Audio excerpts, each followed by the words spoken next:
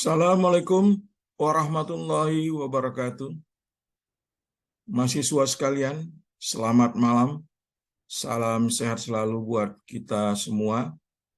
Kembali kita akan melakukan pembelajaran kita di mata kuliah pengantar ekonomi. Kali ini kita sudah sampai pada materi pertemuan ke-14. Tidak terasa kita hampir mendekati akhir dari pembelajaran kita pada semester ganjil ini. Untuk itu, silakan simak video yang saya share kepada Anda di link YouTube, ya, agar Anda lebih memahami materi yang saya telah upload di media e-learning. Kita akan kembali memakai media e-learning, mudah-mudahan Anda bisa memahami pembelajaran kita.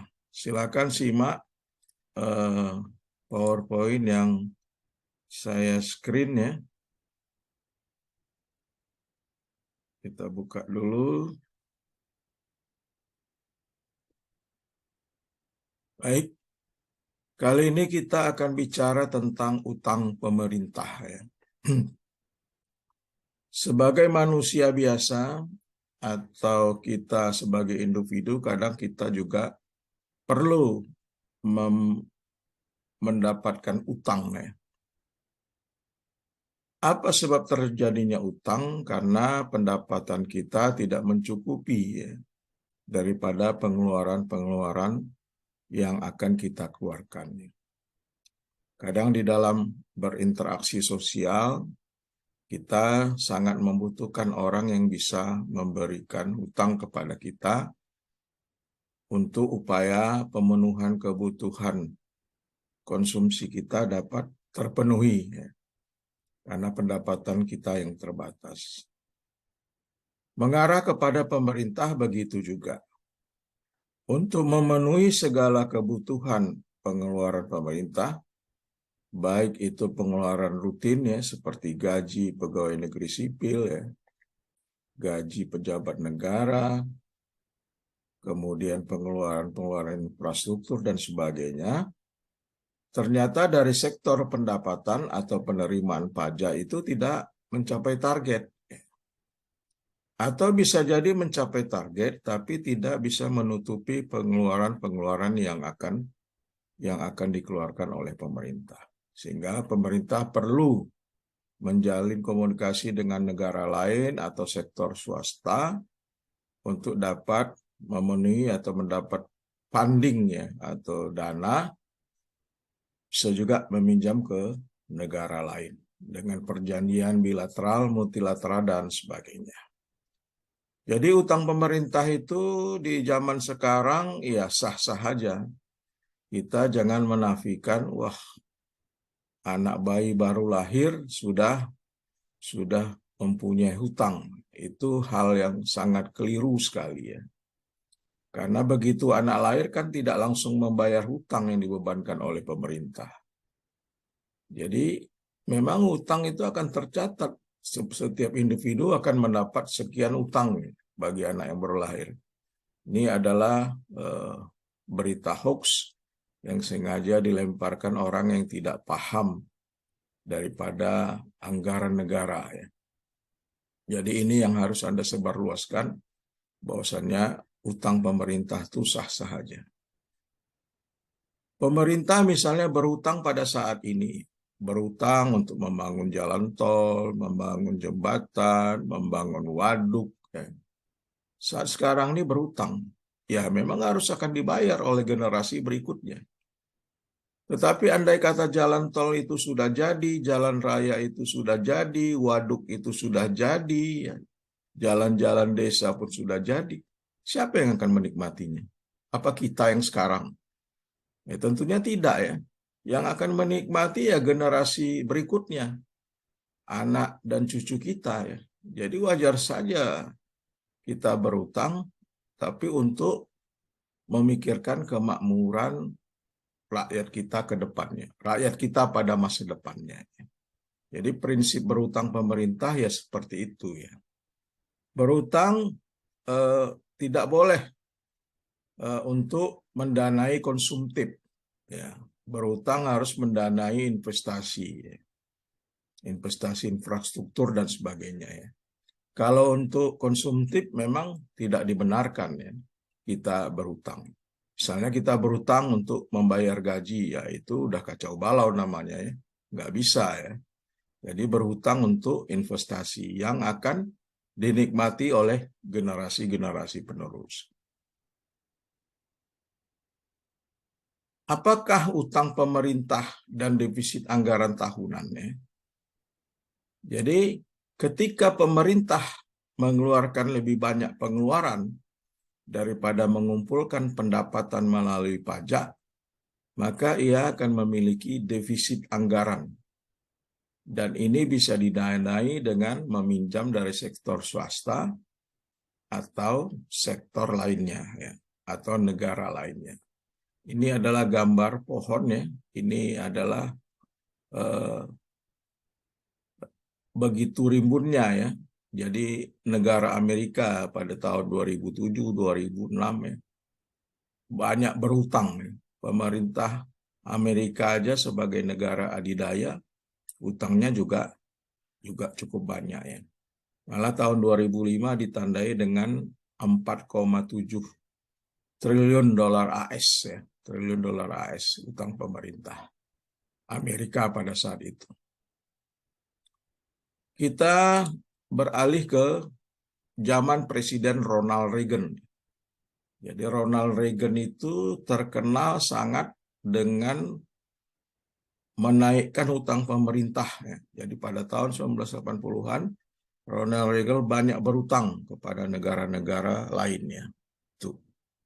Jadi ketika Ronald Reagan menjadi presiden pada tahun 1980, ia ingin mengurangi pajak.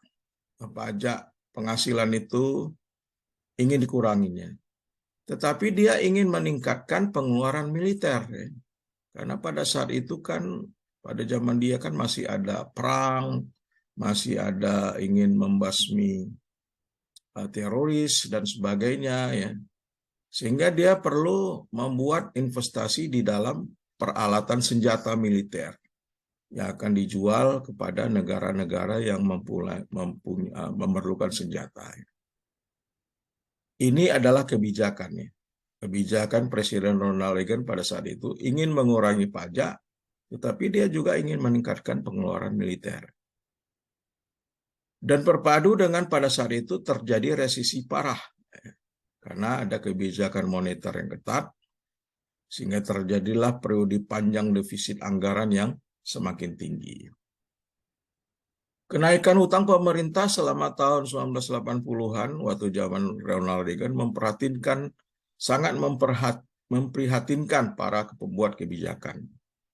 Responnya selama beberapa tahun berikut, ada kenaikan pajak, batasan belanja, dan pertumbuhan ekonomi pesat karena kemajuan teknologi yang kemudian menyebabkan defisit anggaran mengecil dan akhirnya menjadi surplus. Ya. Apa sebab kebijakannya itu? Ternyata pengeluarannya itu adalah investasi di sektor militer. Sehingga banyak menjual senjata ke negara-negara lain. Akibatnya apa? Akibatnya kenaikan pajak meningkat ya. Karena banyak pengusaha yang sukses ya, membuat senjata, akhirnya dikutip pajaknya. Kemudian batasan belanja pemerintah akhirnya semakin mengecil. Pertumbuhan ekonomi menjadi pesat ya. Kenapa? Ada kemajuan teknologi di situ ya. Militer ya, investasi militer kan memerlukan teknologi. Sehingga apa akibatnya? Ya akibatnya defisit anggaran mengecil dan akhirnya menjadi surplus. Jadi kebijakan sekarang itu untuk kemajuan di masa depan. Kemudian yang menjadi problem daripada utang pemerintah adalah defisit anggaran pemerintah. Itu sama dengan belanja pemerintah dikurangi pendapatan pemerintah. Yang lalu sama dengan jumlah utang baru pemerintah. perlu dikeluarkan dengan membiayai operasinya. Jadi defisit anggaran itu berarti memodifikasi nilai real hutang publik yang ada untuk merefleksikan inflasi saat ini. Bisa juga mengurangi aset pemerintah dari utang pemerintah. Bisa juga mencakup kewajiban yang tidak dihitung yang saat ini terhindar dari deteksi dalam sistem akuntansi. Menghitung defisit anggaran yang disesuaikan secara siklis atau Skyly adjusted budget deficit berdasarkan pada estimasi bagaimana belanja pemerintah dan pendapatan pajak jika perekonomian beroperasi pada tingkat alami output dan kesempatan kerja. Jadi yang paling penting adalah ukuran. Jangan sampai membatasi atau melewati level maksimum utang yang dibenarkan ya, utang yang dibenarkan ya. Jadi boleh berutang, tetapi harus mempunyai ukuran nih. Kalau pemerintah Indonesia pada saat ini, jadi yang dibenarkan bagi negara-negara berkembang ukurannya adalah 30% dari total aset negara ya. Jadi jumlah utang itu maksimum 30% dari total aset negara ya. Ternyata di BPS telah dihitung utang pemerintah itu belum sampai 30% dari total aset negara. Jadi masih dalam batas-batas kewajaran utang pemerintah itu ya. Jadi masih dalam batas-batas kewajaran. Jadi sangat boleh pemerintah Indonesia pada saat ini untuk melakukan utang. Tapi utang harus dalam bentuk investasi ya. Tidak boleh dalam bentuk konsumtifnya.